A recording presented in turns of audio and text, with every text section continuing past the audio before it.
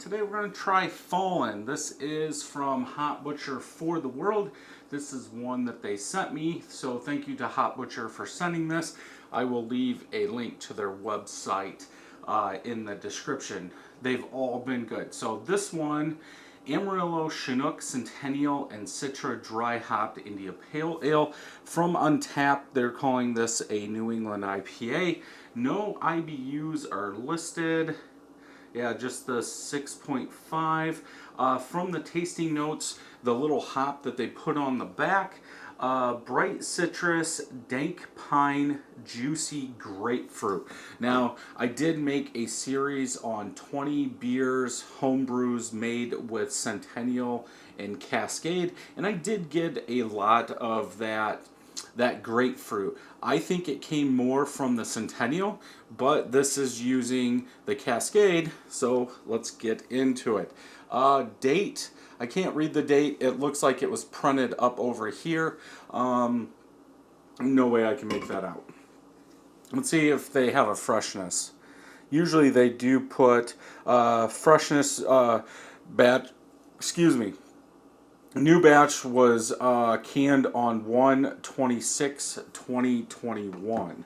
So pretty fresh. Month. A couple days over a month. Let's go ahead and get it into a glass.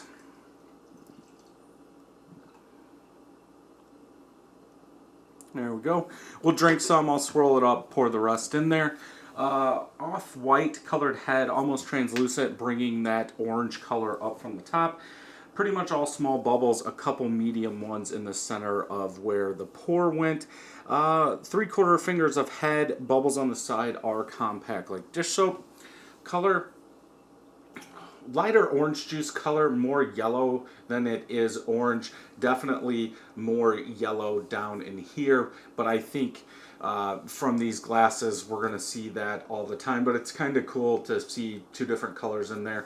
Down the middle it does look oranger than on the outsides. Very hazy, can't see through it. New England IPA, I wouldn't expect to. Let's go ahead and smell.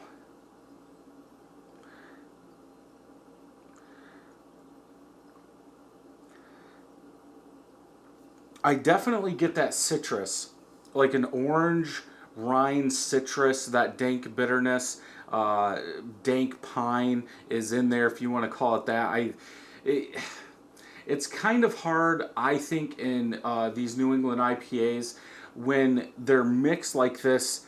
The pine, because there's sweetness in there, it's like that pine and dankness from the hops like kind of combined, because I was going to say it's more of a rind bitterness than it is like a pine dankness, but I do get some dankness. I would bitter dankness more than pine dankness in my opinion.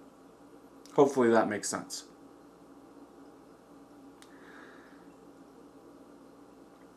Yeah, I definitely get that orange citrusy juiciness with some dankness in there.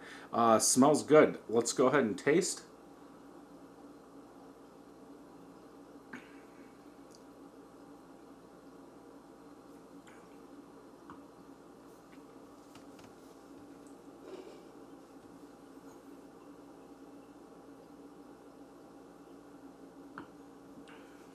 First thing that I noticed is that bitterness in back. It seems the perceived bitterness, it's like a 50, somewhere in there, 50, 55, hangs around a little. I do get that juicy citrus up front, kind of faint. It's like it's mixing with little toasted bread, light toasted bread in there. So on some of the other Hop Butcher beers, you really got that tropical, or you got that citrus up front. This seems like it's kind of low key.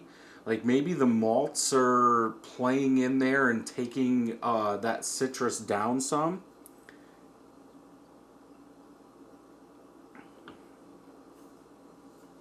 Almost medium body feel, and I'm going because I drank two double New England IPAs yesterday from them, and this does seem lighter, which it should because it's not a double IPA. But you can definitely tell the body difference.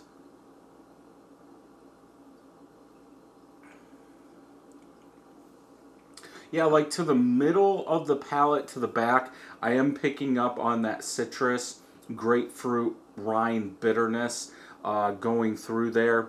You do get a good amount of bitterness.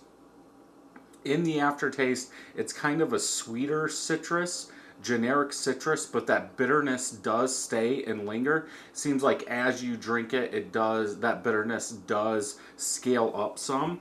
Let's go ahead and swirl this around and pour the rest in here.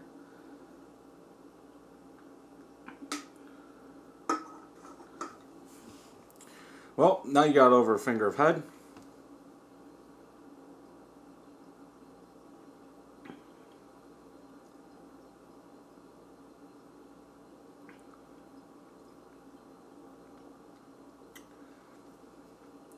I almost want to say like an herbal note, floral from the Cascade and back also.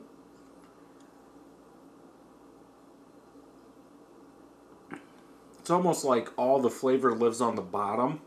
They should make just 20-ounce glasses and call it a day now, since most of these are in 16-ounce cans. Pretty sure it's 16. 1 pint, yeah.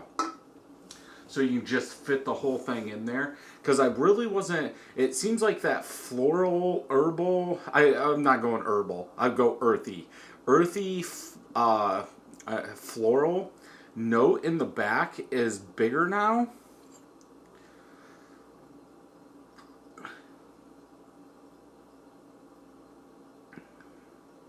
Goes down pretty easy. But yeah, overall, a good beer. I would have to go with a 4 out of 5. I think the bitterness, and I talked about this in the double New England IPAs, I do like some bitterness to cut through that sweetness in these New England IPAs. You see a lot of these New England IPAs on the sweeter side.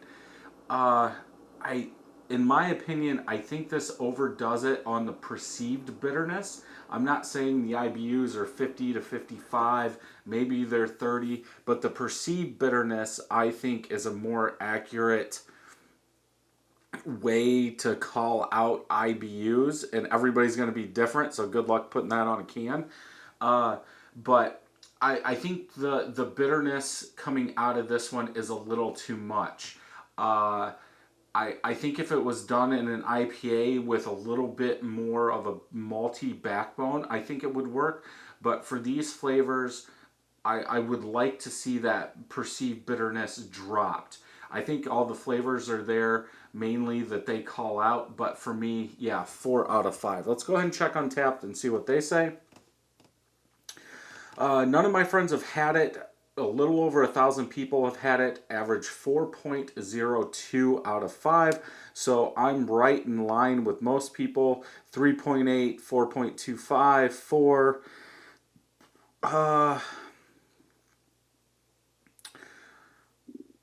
Okay. Thought I liked this one better, but tried it. It's not a 4.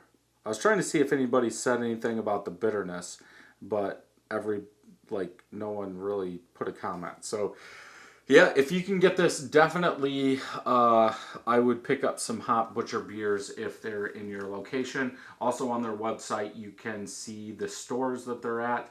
Leave a comment below if you have any questions. If you like this video, check some more videos out over here. And until next time, happy brewing.